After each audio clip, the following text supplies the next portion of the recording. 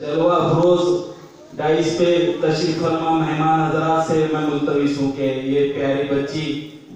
जिसने बड़ी मेहनत से ये तकरीर की है और इसका अंदाज देखे आप, बड़ा अच्छा अंदाज है। मैं उसको इस शेर से आवाज देने जा रहा हूँ कि शोलों का कहाँ तक है सफर बोल रहा है, शोलों का कहाँ तक है सफर बोल रहा है, जलता हुआ तहजीब का घर बोल रहा है। और